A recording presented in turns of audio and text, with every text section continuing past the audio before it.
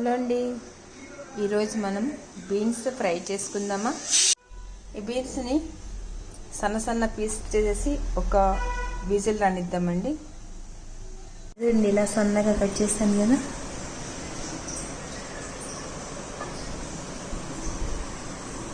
కుక్కర్లో వేసి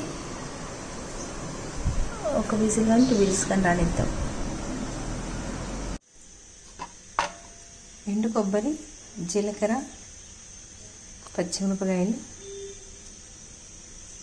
కొద్దిగా సాల్ట్ వేసి మిక్సీ పట్టుకుందామండి.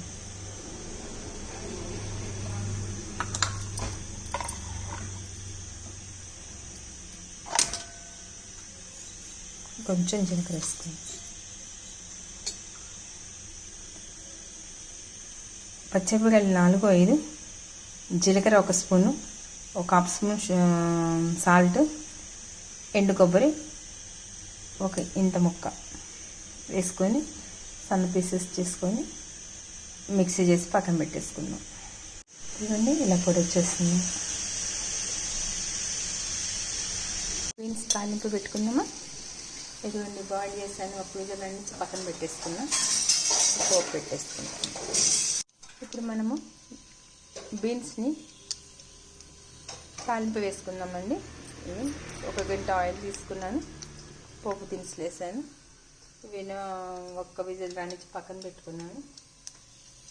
దీంట్లో కరివేపాకు, ఆనియన్,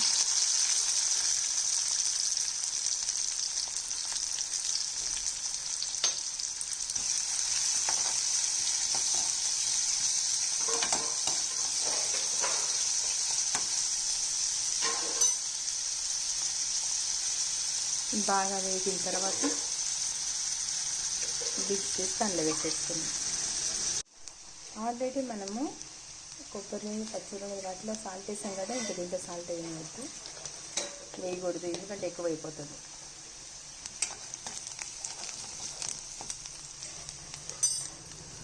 ఇప్పుడు మనం బాయిల్ చేసి పెట్టుకున్న బీన్స్ వేసేసుకున్నాం.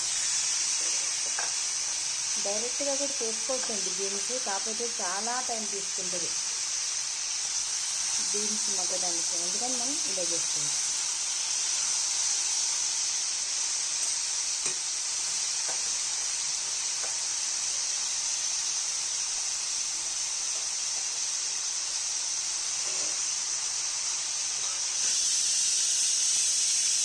సాంబార్ పెడుతున్నాను. ఈరోజు మా ఇంట్లో నిమ్మకాయ సాంబారు అండ్ బీన్స్ ఫ్రై అండి.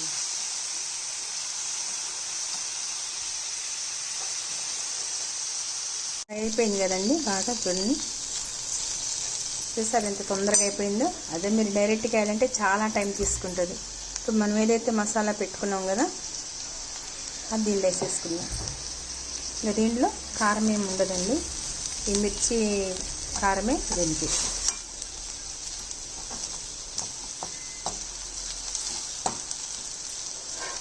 Beans fry ready. ఇప్పుడు జీడిపప్పు అయినా ఫ్రై చేసుకుంటే దీంట్లో పైన వేసేసుకోండి. దీని మీద నేను లైట్గా జీడిపప్పు వేయించేసి ఇలా వేసుకున్నా.